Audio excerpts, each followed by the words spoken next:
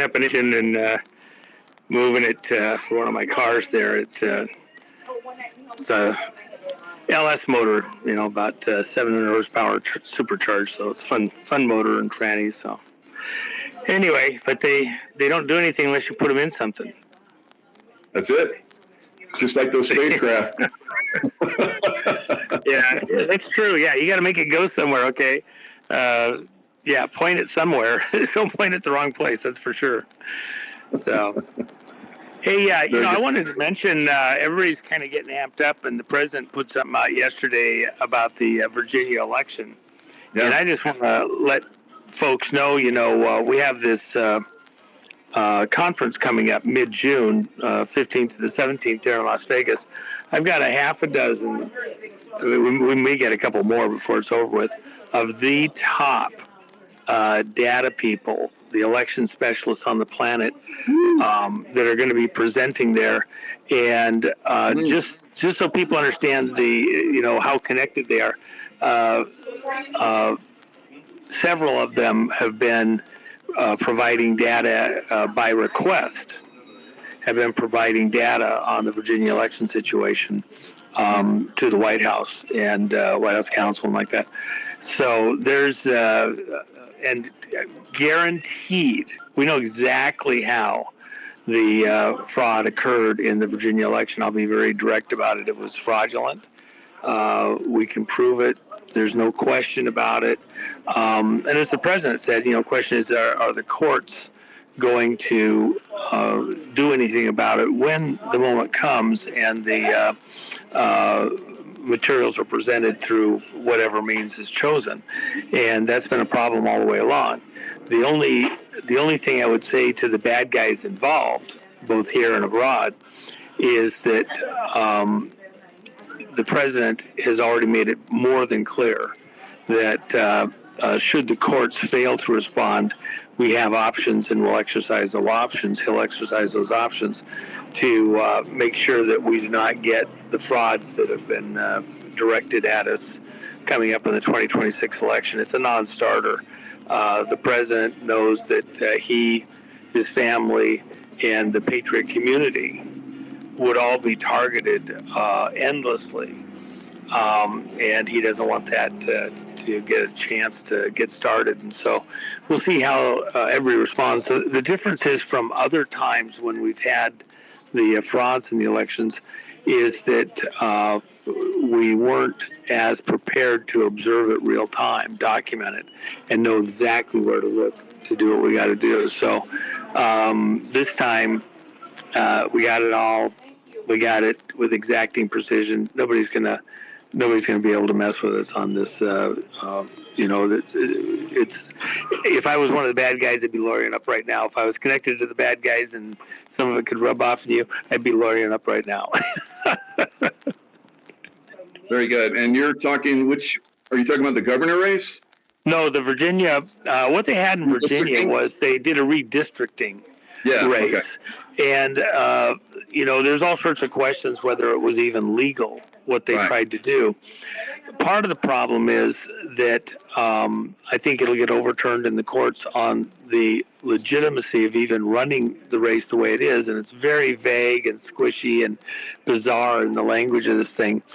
But that said, the powers that be, the ones behind the scenes, the deep state players, couldn't restrain themselves. They had to try and get in there and control the direction that the election went. And so the problem for them is here's going to be probably overturned by the courts that it was even valid to do the election, but they're going to have been involved in election crimes. And a lot of the stuff that sounds like was old, going back to 2020 and 2022 and 4, this brings a lot of that up fresh. Same thing with what's going on in the primaries. And we've seen similar types of mischief in the primaries, and documented Texas being one of the places. There's other types of fraud occurring in places like Utah where I'm just telling you, those people are unhinged out there. They have no connection to reality. If you're a resident in Utah, you live in one of the most lawless places on planet Earth when it comes to elections and politics and bonds and everything else. I'm shocked, really. And we just, every time you roll over a rock, you find something more, and you're like, oh my gosh, really? Wow. So, but it's like that in a lot of other places too, by the way. So, go ahead. I'm sorry. Yeah. The in Florida they're going. It looks like they're going to really they're going to do redistricting, and they're going to add a lot more Republican seats. So there's a lot of movement where they're talking about. Right now, Republicans have 218 seats. They could move to 250 to 270 seats by the midterm elections. Yeah. Well, and the problem is, though, I have an opinion on what's going to happen within this election cycle. I don't think that with the fraud that's already occurred, that we can take the chance of going the rest of the way on it. But we'll see. I mean, the president's got his thumb on it. He's got great, people advising him. But we'll see what actually happens. Just everybody needs to be assured the president isn't going to sit on his hands. What happened in 2020 is not going to be allowed to happen again now. And we're wise to the mechanisms that are being used to do these election frauds, by the way. So, people need to realize that. So, yeah, they were predicting red waves in 2018, 2020, and 2022 didn't happen. So, we got to change this election system. Well, and we don't have the luxury of pretending that we've got it and the red wave shows up, whatever. These particular types of thefts within the electronic systems are very real and very dangerous. And so, and then the courts not allowing us access to the CVRs, cast vote records, things like that, that allow us to prove what's going on. All of that has to change. So, and it will. Again, this is a different mode. You can't compare what's going on now with what's happened previously. I think that's the important thing that a lot of people, they keep saying, yeah, it's been this way. Nothing's changed and all. Yeah, I'll bet money on that. That's not the case. We're going to have some amazing things happen. And the fact that the White House was getting briefing papers and briefs and in-person meetings on this exact issue. They're keenly aware now of exactly how the fraud happened in Virginia, what's happened in Texas, and some of the other places. So there'll be action. It's a different time, different situation. The one thing still though is that we all have cleanup to do from the past. We still got Tina in jail. Absolutely, completely insane that she's in jail right now, and every day is just absolutely couldn't be more critical with her health physically. Plus, she's 70 years old. How would you deal with that yourself mentally? And everybody's coming to the rescue. The president gives you a pardon, and none of it can get you out. Who would have believed? Well, there's got to be something that's coming up, so we'll keep our fingers crossed. Keep praying. Yeah, we got. There is actually. I'm aware, and I don't want to, give false hope or let the cat out of the bag. But there is some stuff that I'm aware of that's happened this week that I believe will ultimately, fairly shortly, have a positive outcome. And it'll be more than one step. But I think it's, there's been an agreement along this line now at least twice. And I think this one will get traction and happen, but we'll see. All right, good. Sounds like you're in a much snappier crowd this time. Yeah.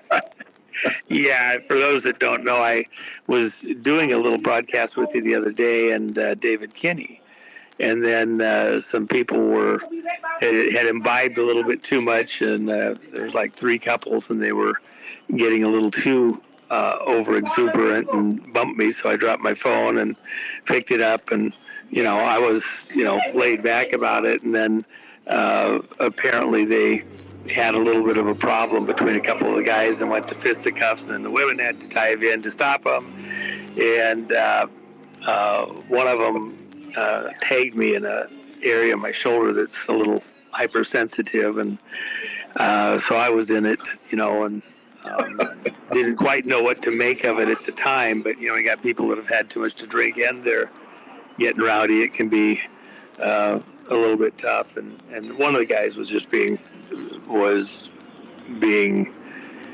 really going over the top, and that was the person that in the police, even when they were in a downtown spot, but it still took them about 7-8 minutes to respond. So there was a lot of drama in between. I had punched off my sound and punched off the video. Yep. While I was going to move to a different area, and but I survived. It was life happens. So. Funny. I mean, you always give us a good, view. That would have been a really good one. Well, that one, the one I got, I still got a heck of a bruise on that shoulder. I don't know if it was from getting hit there or when I had to hit back, and my wrist still hurts. And the one girl, he hits too hard. My boyfriend didn't mean it. Well, fuck. I mean, Hits too hard. That's a good one. Yeah. What am I supposed to do? They weren't playing. I mean, they might have thought they were playing, but I didn't think so. So. Anyway, but I'm okay. I made it. They're all okay. I think they took 3 of them to jail, so that's wow. all that happens. But it's the nature of the beast. Life in the big city. Very good, very good. So we're at that point where we have all these scientists that are disappearing. Yeah. And Dave Wilcock, whatever's going on with that. Yeah, we kind of talked a little bit about that. You said. Well, let me just dive right in there real quick before we get to it, because I don't want to entangle David's situation into the other scientists. The reality is, David was a friend since shortly after he got out of high school, even. Wow. And so I knew David for a very long time, and I'll just be frank. I had tried to tone it down with him several times, and we were good friends. I mean, I spent time with him a number of times, and there were some things there that I just felt were not helping on certain subject matter, and wasn't accurate or correct. And he had tried to intone once or twice that maybe I was in agreement with him, and I said, no, David, not a chance, not on some of these certain things. Even talking with a couple of other close friends of David over the last couple of days, it was interesting. Both of them said the exact same thing.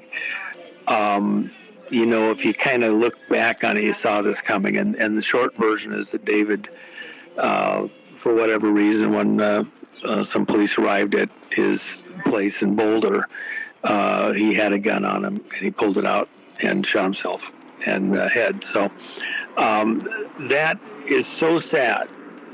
This is somebody that I enjoyed his company, didn't agree with on everything, but, I'm not the internet police and give room for people to hear what's said, and then people have to weigh out and make their own decisions. Yep. The reality is, though, that this is, fundamentally a nice person and somebody that I had enjoyed the company of and had some respect for. I can have friends that I don't agree with and still be friends and have a conversation. That said, I see some of the internet chatter trying to tie him, because he talked about things going to space and aliens and what's coming with disclosure and all sorts of things. And the reality is that there was nothing there that David had that was the reason for taking him out, and he did it by his own hand. It's very sad, but if you convolute it into these other situations, I think you dilute what these other situations truly are. Yeah. And there is very real, bizarre drama. I was aware of this problem as, people were asking questions. I think about 2 years ago with something that happened with a couple other people, and we were trying to look and see if it had been going on for a period of time prior to that. Mm-hmm. And then the thing that probably raised it to the top of the charts was the disappearance of this general who had access in a lot of this stuff, and by the way, was far enough up the ranks within the UFO phenomena. If you remember, Hillary Clinton in the WikiLeaks stuff, all the way back in 2016 when that was released, when we looked at the WikiLeaks data, commented in a post to John Podesta in an email, maybe it's time to play the alien card. Mm-hmm. And so, this particular general had access and was working on stuff related to what are referred to as alien technologies.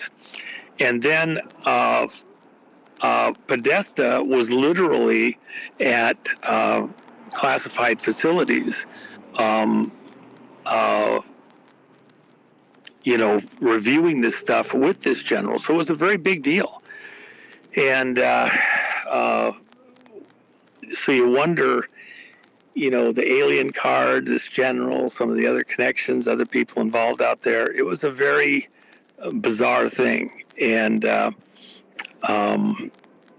going down the road, it blew my plastic off a little bit. But how are we going to deal with this now? Do we actually know who's behind this and what's going on? I don't think there's a lot of questions that don't have good answers thus far. And it's very disconcerting.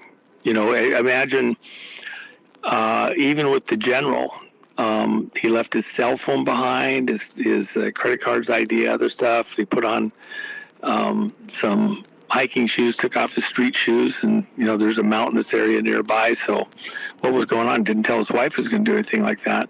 Yeah. Kind of bizarre stuff. So it's certainly warrants staged. So you can't take any of that.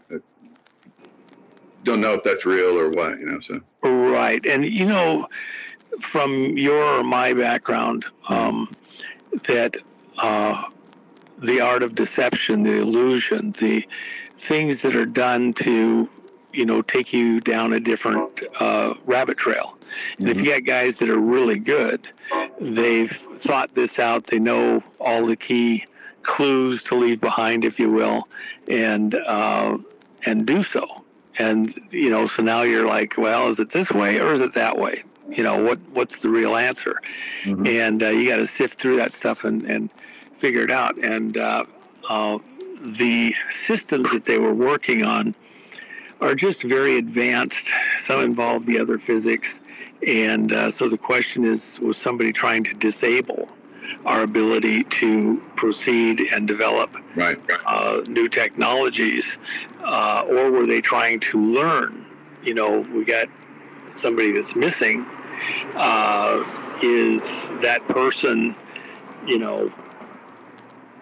being trying to make them give away certain information or secrets or something like that, which could include not the technology but other people that may be able to help with this other technology. So it's a pretty bizarre situation. I think it's very, very real, and it goes to a whole nother level of the nation state conflict, war by another means, taking out some of these scientists. Yeah. And so the advanced technologies, connecting and,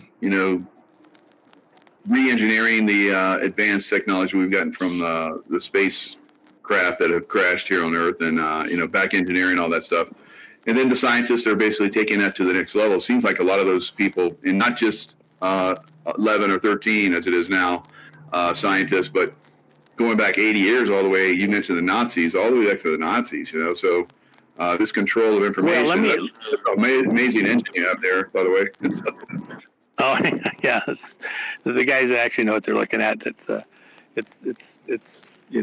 pretty cool. It's got a supercharger up here, and it's brand new from GM. And they were sitting at the shop, and they weren't getting it done, so I have somebody else going to go ahead and finish it up. But it's going in a fun project. But the place where I think you have to kind of understand how long this has been going on. Yeah. I'm trying to think of the name of the book. One of the OSI guys, Air Force Office of Special Investigations guys, did a book, The Wheel, and I can't think what the first part of it is in the name, but looking at the developments that were going on all the way back to 1815. And what we had in 1815 is in Germany and Europe in a more generic sense, but in Germany precisely, there was a club, an organization, secret handshake group, if you will, of industrialists and people with new ideas, scientists and like that.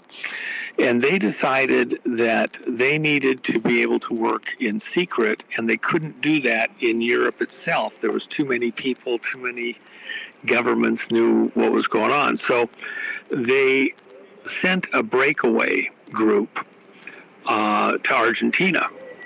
And they worked in Argentina, bought a large ranch, and people don't understand this really right now. Argentina, in that period, was the second fastest growing economy in the world. It was U.S. was the biggest, and Argentina was the second biggest. And very similar to much of the states with the mountains, the ocean, different climates. It's just like California to Alaska across the length north to south. And beautiful. I mean, you got wine country to the north, and then at the very tip, down at the bottom, Bariloche, which is where many of the Nazis went. In fact, one of my contacts who was deeply involved in NASA through the 50s and 60s and into the 70s, in the 80s, he'd already retired. Early 80s. But then he told me, and he liked to do art and stuff like that.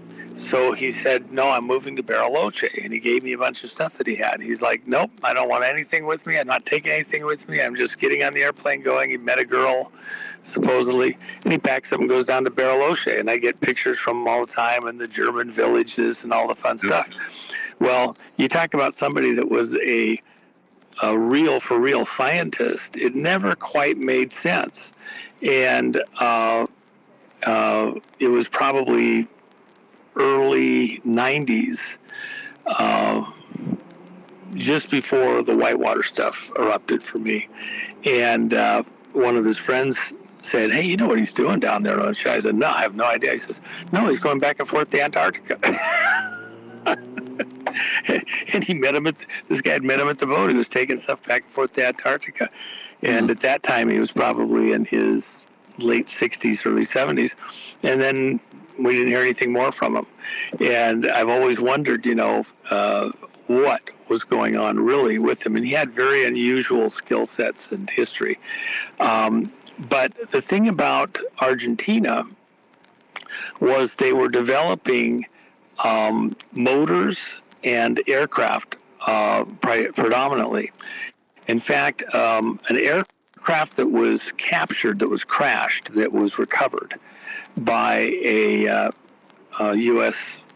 team was brought back to the U.S., smuggled back, and reconstructed, and then was demonstrated, according to a number of reports, as a lighter-than-air aircraft for President Lincoln while he was alive, and his cabinet came out and observed it. And they were unable to think of how they could use this. It was interesting, but they couldn't quite figure out how to use this or apply it. Now, across the southern part of the U.S. in the later into the 1800s, there's numerous reports of air vehicles which we would understand today to be Zeppelin-type vehicles. Were reported and floating across the skies, moving across the skies, across the southern United States, Texas, other places. And those also were apparently being tracked and had origins in Argentina. And of course, when Germany showed up and there was this race between the Western powers to develop these blimps, it was amazing how far ahead of everybody else Germany was early on. Well, it was because they were getting a lot of their technology, including the engine technology specifically, from their breakaway operation that was out of sight, out of mind. And part of the interesting thing there is also that, when Butch Cassidy and the Sundance Kid, the whole story that we all know from the movie, the rest of the backstory on that is that Butch never actually killed anybody. And he did the train robberies. He was out there in the area that was the Utah territory at the time. But some of the other hole-in-the-wall guys were a bit more wild and had apparently become quite a nuisance, killed a couple of people. And the assertion is that some kind of a deal was made with the governor of the territory to let the hole-in-the-wall gang get caught, and that Butch would allow and assist on that. And the agreement was made with Sundance's help. Well, it turns out Sundance was a Canadian Mountie and was embedded with that operation with Butch. When they allowed the rest of the hole-in-the-wall gang to get apprehended on a train robbery, then they had to go hightail it somewhere, and they went to Argentina. And in Argentina, what were they doing? Well, they were surveilling this breakaway operation, picking up where others had to leave off. They bought a ranch that technically wasn't that far from this German operation, but wasn't right down their throat. It was like 50 miles away, and worked from there. And when you see the movie with the gal in Butch Cassidy and the Sundance Kid, in real life, that woman was not romantically involved with either of the men. She was, they had a Sisters of Charity type thing in that era where women who swore to remain virgins would then assist the women who were involved in prostitution to, get them through that period and all that. And it was a very, they played a very important role societally. And so that woman that you see in the movie, she was actually also working as intelligence for the U.S. Wow. And reporting for that, doing an intelligence operation specifically against the German intelligence. There was reasons why she had favorability into that. When they left Argentina, they didn't die in the gunfight the way that you saw. Came back to the States, Butch and Sundance. They were in contact with her in the San Francisco area. Sundance went back to Canada, Butch remained in the area and then was continuing to do intelligence work. And she had tried to infiltrate a division of this industrial operation, and apparently was killed. And so Butch came down.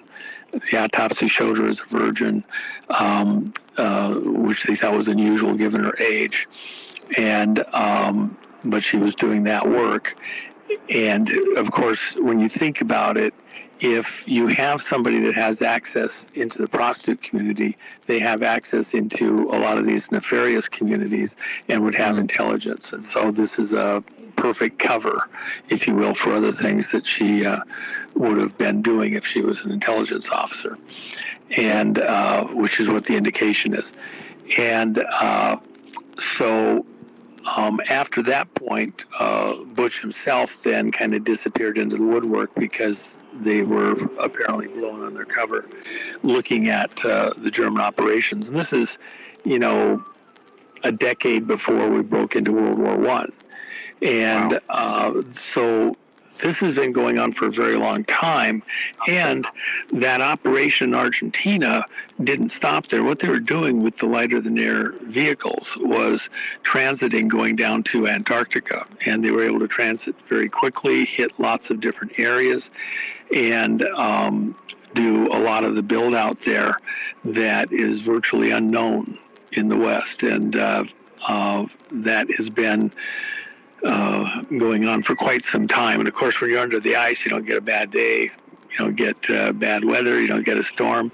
You have geothermal, so you have, even back before we had other, systems, you had the ability to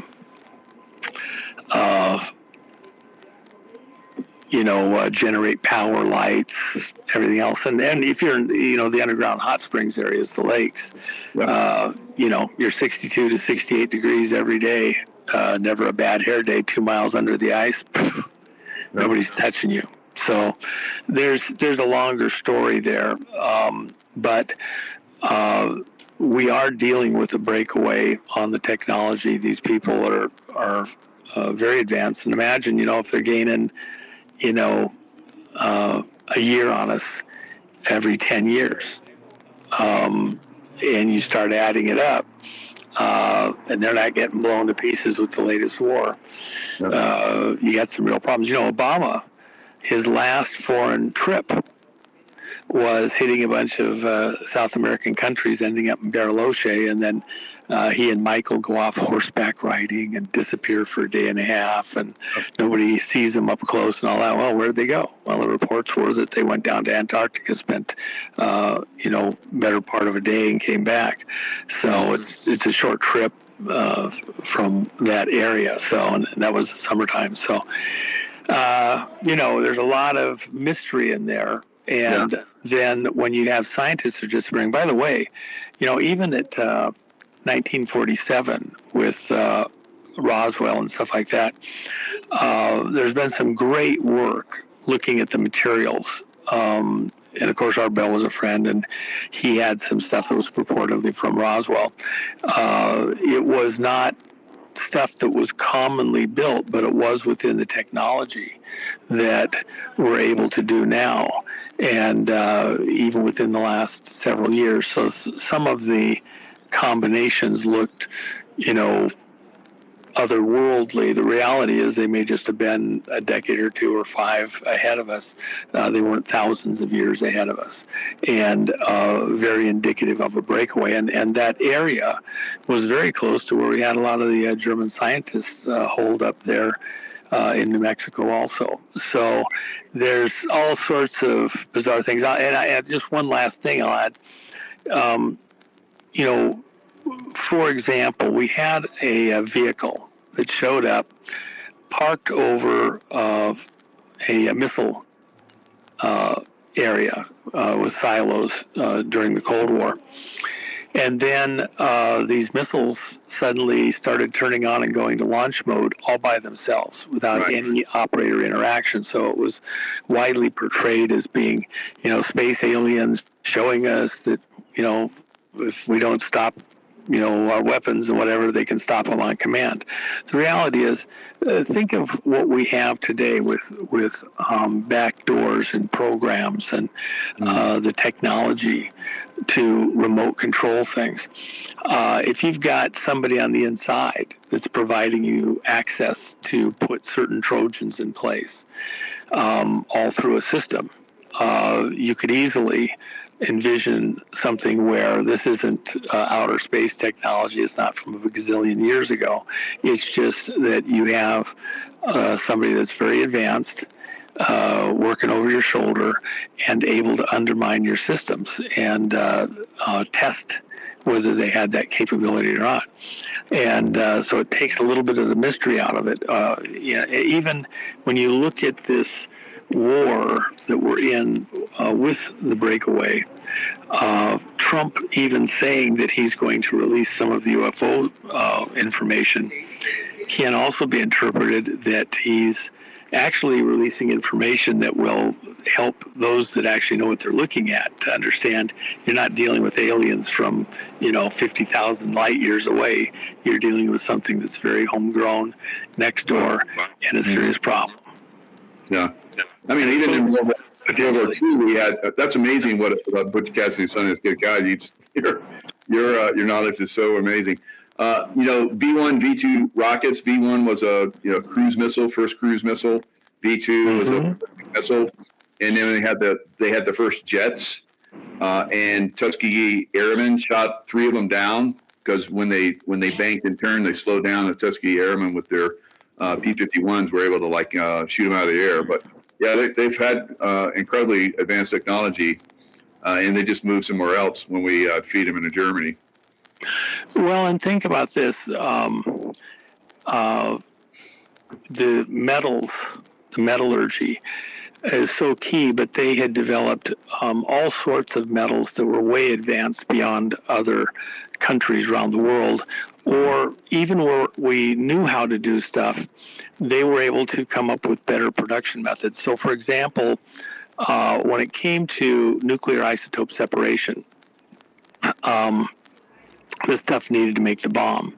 Yeah. They had perfected laser isotope separation in 42. Yep. And it took a lot of power to do it, but you didn't have to use like the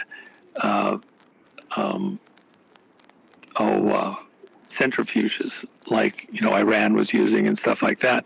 With laser isotope separation, with that technology, something that would when we did it at the Clorox facility in southeastern Washington at Hanford, they had 50,000 workers just working on the nuclear isotope separation and maintaining the little machines and keeping them going and all that other stuff, and huge power. They had to put it there by the Columbia River because it took massive power to do it.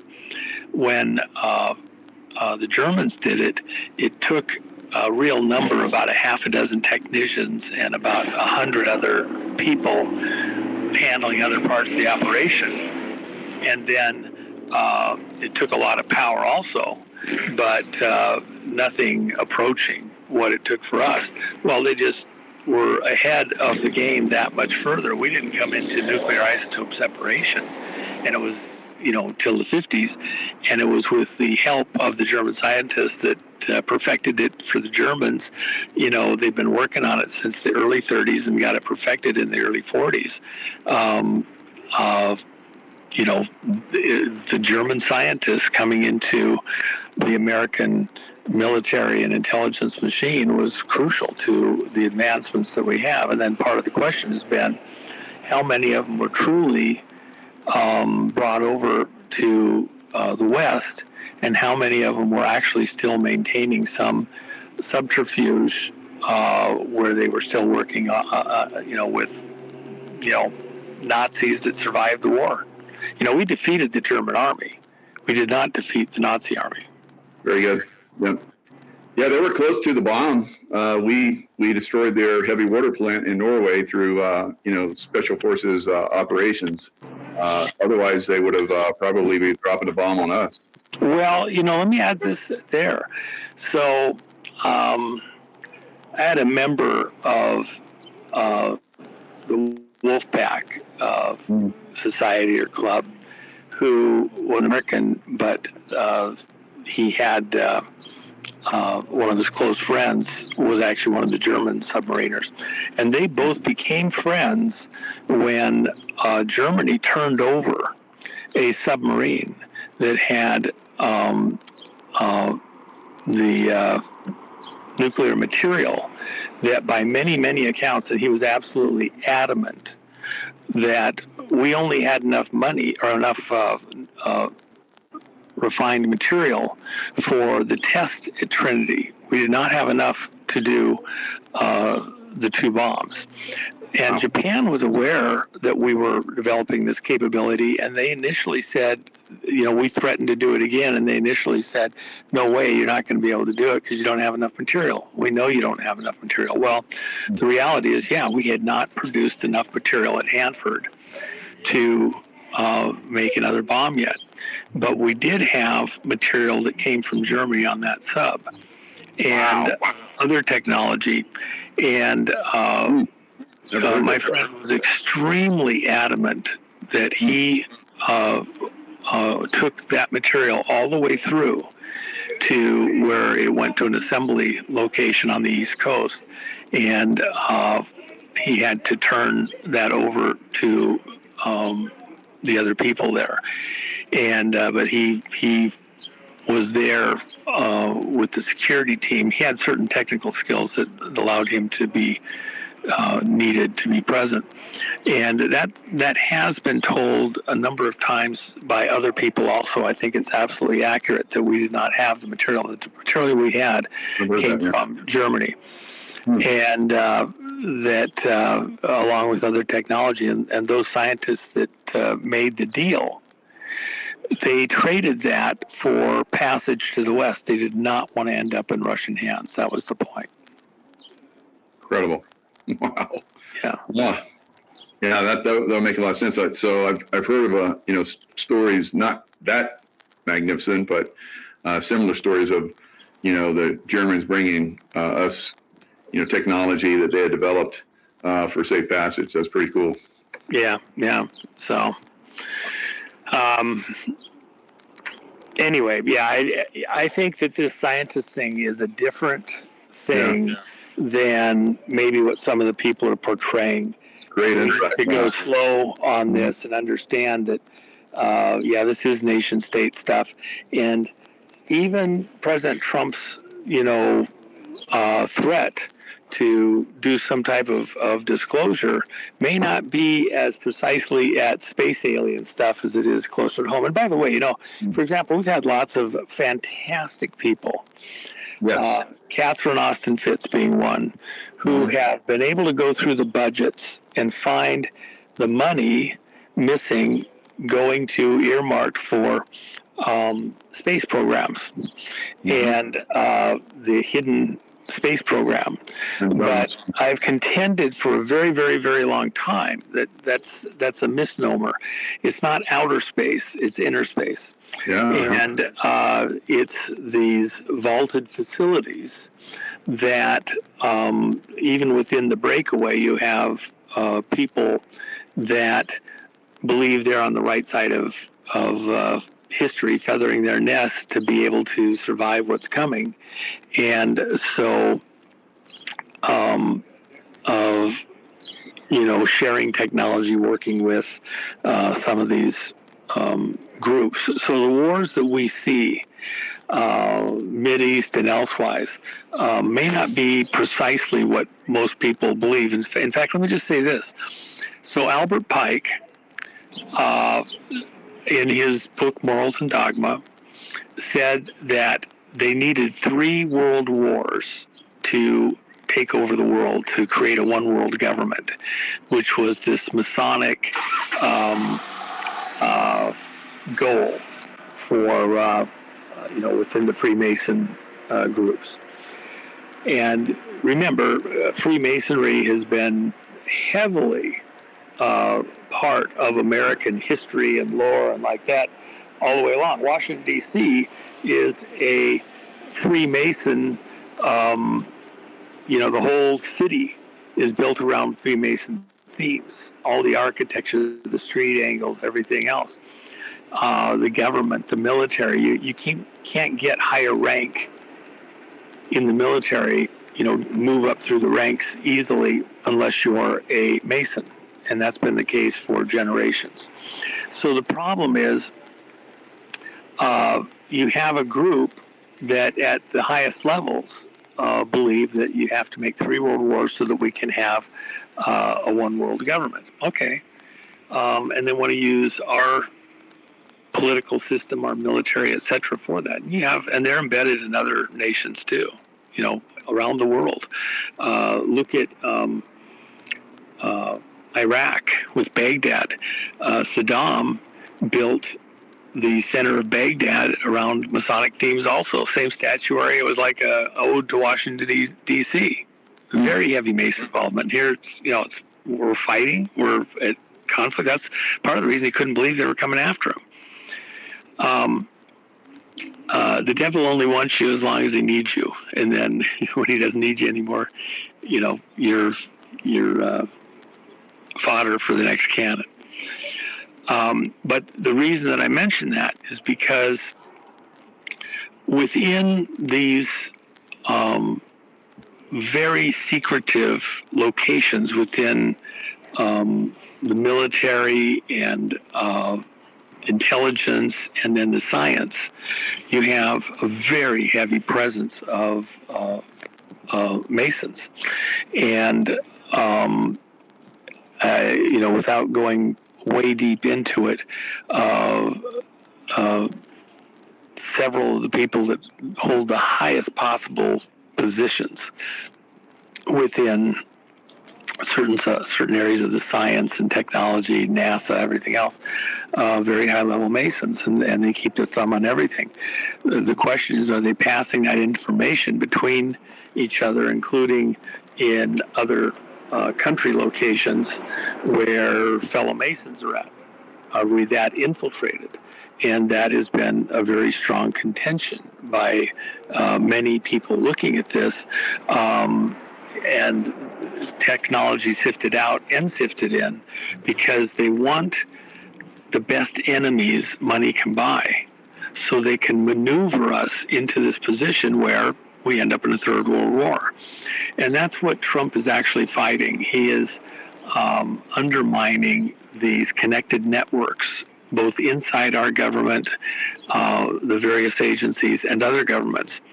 And it's one of those things that's certainly hotly contested by some people, but in reality, I'm very comfortable that he's on the white hat side doing exactly what you have to do to expose these connections and networks and secret handshakes and everything else to move us away from this planned for and intended Third World War, which in my opinion is actually the Fourth World War, because we won the Third World War, we defeated the Soviet Union, and they don't exist anymore. So this would be the fourth, but they don't count ours. Very good. So that Southern Poverty Law group? Yeah. Exposed. They just exposed that basically they were just instigating, this Nazis and all that stuff so that they could, get more money and, do their lawfare and all that kind of stuff. It's crazy stuff that's being exposed. Well, I was exposed to a lot of that back in the mid-'90s with stuff that we were doing related to Whitewater, and there was some people that were pretty adamant about that, and I didn't know enough at the time, but I heard what they had to say, and it sure made sense to me that it wasn't doing what it was purported to be there to do. And so I was, I had other lanes that I was in and wasn't able to dig in deeply, but I had other people around me that were just adamant that this was a bad deal. The person that probably is the expert on that is, Louis Herms. He's been talking about this for a number of years. He's a friend of both of ours, running for governor in California. Yep. So he's the guy that, rather than, talk out of school, I mean, I know the basics probably a little more than the average within the public, but the guy that really could talk with excruciating detail and precision with his experiences would be Lewis, and he'd give you an earful. Yeah, that's a good point. Great. Yeah, and of course he'll be there at our thing here in mid-June too. So that's going to be good. Epic. Very good. All right, Juan. So, and by the way, if anybody hasn't signed up, I mean, get in there. We have rooms that we secured at the Sahara Kitty Corner it, and got a great price. They gave us rooms for $89 a night, and then cut this silly Las Vegas whatever it is tax that they have there by half. So we've got super buy on those rooms, and they're nice rooms. And then, for the people attending, just so you know, we're going to feed you well. There's not good restaurants. There's good restaurants, but there's not enough, and it takes time to go to them like that. And the Ahern actually gets awards and is well recognized as having the best catering, as good as anybody there in Vegas. And high quality. Yeah, you saw what they got. Yeah, you ate it over last month. Okay. Yep. So people, we're doing dinner the first night, meals all day, three meals, and they'll have everything else out there through the day on the main day, and then on the third day, breakfast and lunch, and we added dinner for those who are going to stay. Because that evening on the Wednesday night, no different than the charge or like that, that Wednesday night is when all of our experts are going to provide, the detailed analysis of the vote fraud within the electronics and the cast vote records and all the other stuff. That it's probably not for everybody, and that's why we saved it for last. But if you want to know with precision, you want to ask the guys, well, what about this, or how does that work in frauding the vote? That team that's going to be presenting there, several of them are presenting at the White House with briefings, papers, in-person contacts right now today related to Virginia and Texas. So this is as high class of a group as you can get, really. And so the people attending that conference are not getting the riffraff. It's not just a cheerleading session. Several of the people that will be presenting have already put in their notices of fraud claims with the IRS, Becent, and U.S. Treasury, Becent. And for this claims, they're going to pay up to 1/3 of any monies that are, identified within these fraud schemes to the people that present the actionable stuff. So there's a form, there's details, and we got several of our speakers have already filed theirs. So that's how far along they are. And expect to get paid big money. So nice. Yeah, it's going to be worthwhile. It's going to be a great conference. Definitely. So I got the link in the description box, and you have the Jen and Mac. Yeah, the Jennifer Mack. You got to put the in there. She has great stuff over at the store, and I signed a bunch of the Megador jackets and the 2020 It's Not Over Yet jackets, and so she has those. When I was there at the store, whatever, a few weeks ago, and then she's got a coin, a specialty coin, over on her site, and I've got a different one on my site over at All Patriots at gumroad.com, and really a very good price that I'll hold while silver's under 100, and don't think silver's not going anywhere. It's poised to make a very solid move. It's working in the inverse of what's going on with oil. So as you see oil up or down, the silver has been kind of going the opposite direction.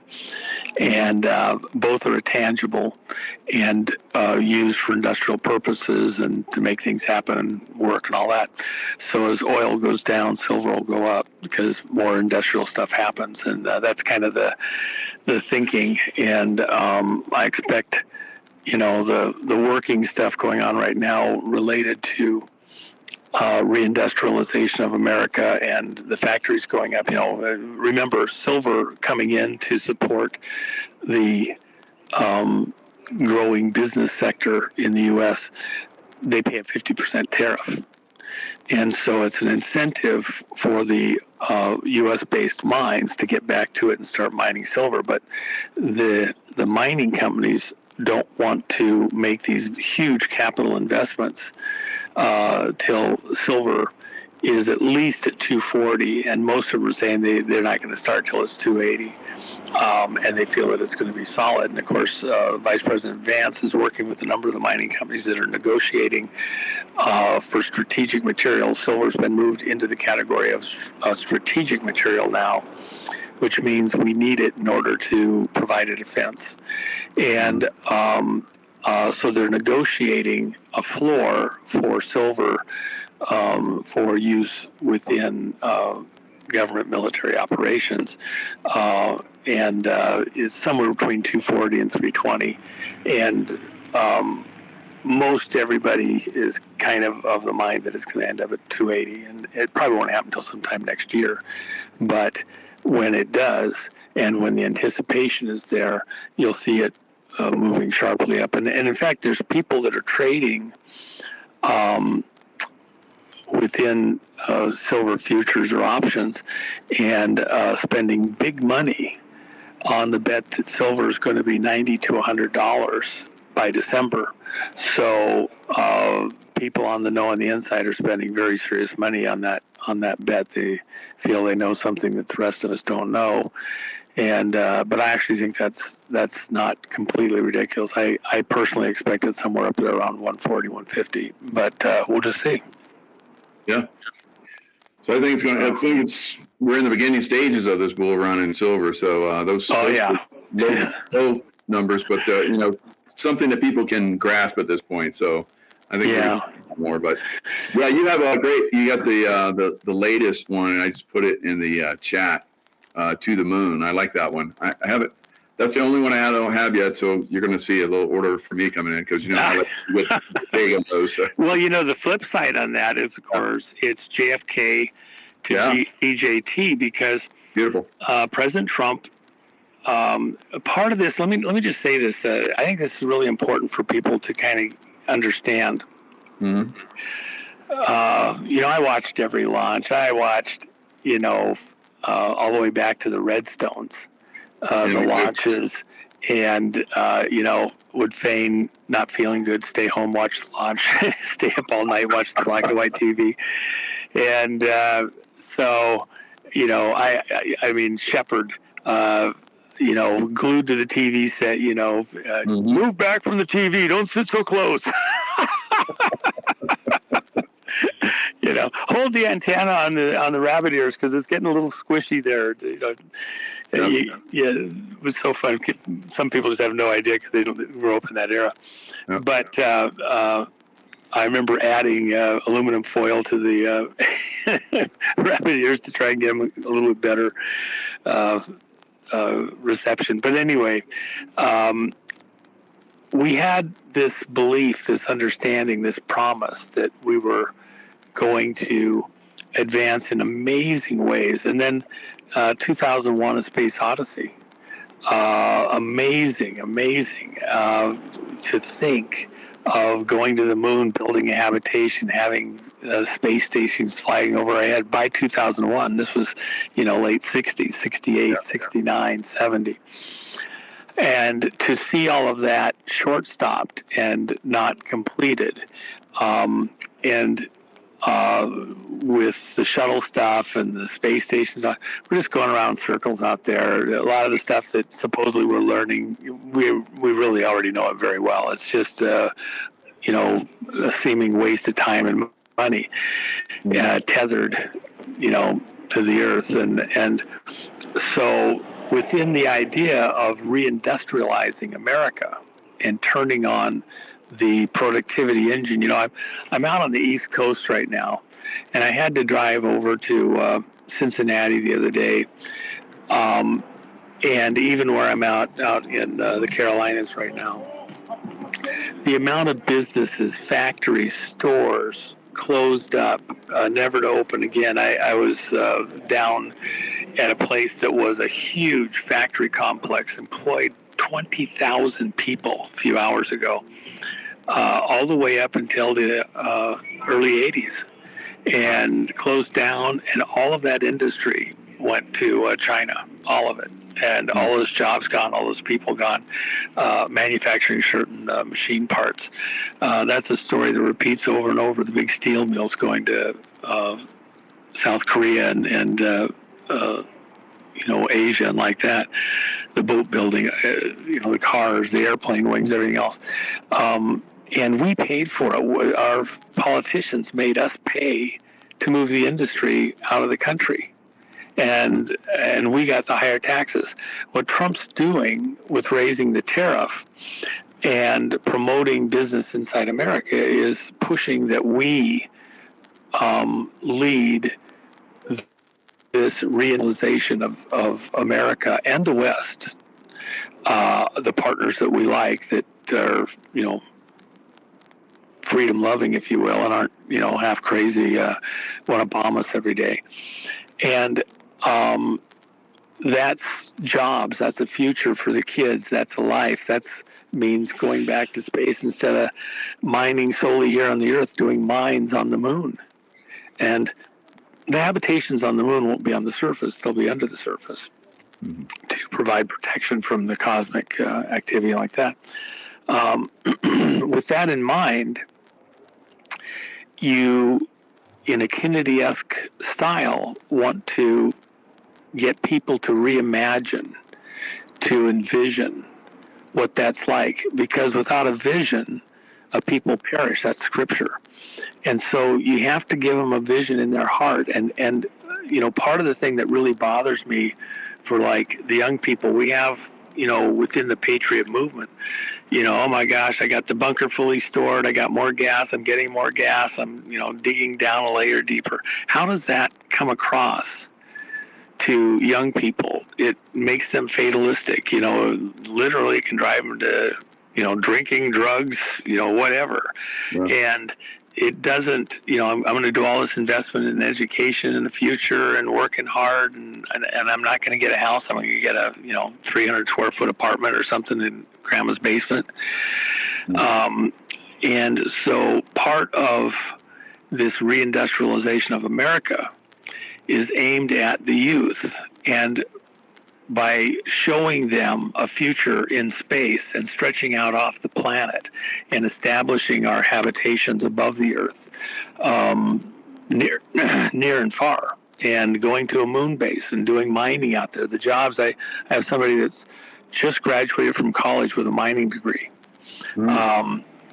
And I said, I'd go back in and do your PhD. And I would do it on mining. That's one of my hot rods. The mechanic is going down the street. Anyway, we would want to have the kids. I told this kid just got his mining degree, graduated. Says, you ought to go back and do a PhD on mining and mining technologies that are required for the moon and for asteroids. Wow. And what the next 20 years could look like, the next 50 years, the next 100 years. Because we won't take everything off the surface of the Earth to take it up there to build stuff. A lot of the stuff we'll use materials that are right there on the moon and or even asteroids to do our manufacturing. And a lot of the materials won't be made the way they are here because we can make them for use in space different ways. Glassified materials, weight isn't quite the problem there if you can get it up to it like it is trying to pull it out of gravity and fly it through the atmosphere and stuff like that. So, in fact, weight can be your friend. So sometimes you want to manufacture with much heavier weights, way beyond what you have to down here on the surface. And so there's a lot of details there for mining and manufacturing in low gravity and zero gravity environments, and low atmosphere or no atmosphere environments. For example, on the moon, the material that's available, sand, you would build glass facilities and even tunnel going through material that you would turn to glass, as opposed to 2x4s or, iron beams and things like that. And in that kind of environment, it's actually much stronger even than steel or iron or things like that. So there's a lot of conversation that needs to be had about how are you going to build, what materials are you going to use, what fluids are you going to use, things like that. And that's why this, I'm probably guilty of that often too. I have hot rods. Yeah, you definitely need yeah. I like a lower thump. I don't like the sharp stuff myself. I like a little throatier or less throaty. I like the deeper resonant sounds. So anyway, but that's the conversation ahead, and I think that's what helped me. So that's why doing the coin JFK to DJT, I think, is important, because we have a lost generation that didn't get to enjoy what they were supposed to enjoy, going back and picking up where we left off, because our future was hijacked for many of us, and we're going to give that future back to the kids that are alive right now, picking up where we left off, and that's that coin. So very fun. Very good. So yeah, you have unfortunately, there's seems to be a group that's been pushed into the don't believe in the moon stuff anymore. The thing is pretty tragic, but I think they'll come around. Well, the only thing I can say, there's valid reasons to question so much of what we've been told, because unfortunately there was lies told for national security reasons, that I actually kind of get at a certain level. And yet I personally don't think it was right. The fraud is more damaging than the truth would have been at the time. There's other ways we could have combated. And I think with frauds that happened on the first landing stuff, doesn't mean, though, that we're not doing many of the things that we're doing. I will tell you that, for example, a number of the videos related to the shuttle stuff and the space station stuff, clearly fraudulent, clearly not what was going on. One of the ones that was the funniest, though, I'm actually at a facility with a couple of scientists. We're talking, and the guy's showing me this video that was taken on one of the shuttle flights where they go to the space station. And he says, what do you think's wrong with this video? And I am looking. I cannot see, And he says, well, you see this over here? And he points at the corner of the window. That is a fly that's on the outside of the spaceship. we look at it and go, oh my gosh. Frustrating. Yeah, I mean, it discounts all the other stuff that is real. So yeah, and so in other words, I guess what I'm saying is that it's not without some basis. Yeah. That there is huge skepticism of some of the stuff going on. NASA never a straight answer. But we are doing stuff and going to the moon, and the president's not participating in fraud. We're working through this. There is stuff that, I think trust but verify, and I'm glad we have people that are going to hold everybody's feet to the fire. Yeah. But the idea here is to stretch out, go where we're supposed to go. God's promise to Abraham was that he would have children as numerous as the sand on the seashore. Well, we probably had a dump truck load of kids here so far, so there's a lot of sand on the seashores. We're nowhere near that. And then as numerous as the stars in the sky, an earthly seed and a heavenly seed. And, the amount of stars out there and solar systems and planets and everything else, there's more stars out there in all the galaxies than all the sand and all the seashores on the entire planet easily, many, many, many times over. In other words, there's a future for humanity, the children of Adam, that God intends. And it will never be fully realized here on this orb. We will stretch out and do amazing things. And, what will it look like 1,000 generations from now? Pretty wild. 1,000,000 generations. It will stretch out. It's going to be amazing. So this is the first step. And President Trump is trying to help the kids of this generation to begin to envision that, figure it out, and go do it. Yep. That's great. I love it. It's happening. Moving in the right direction. Yep. Thanks so much, Juan. Great information as always. We're always going to appreciate it when you come on. So thanks for taking the time. Well, and let me just add this, Michael. There's huge revelations that are in the offing right now. I don't think they're very far out. 2020, it's not over yet. There's some stuff coming out, even with what happened over in Virginia and Texas and like that. But the reason I mentioned that, certain aspects of that affect Tina's situation. Prayer.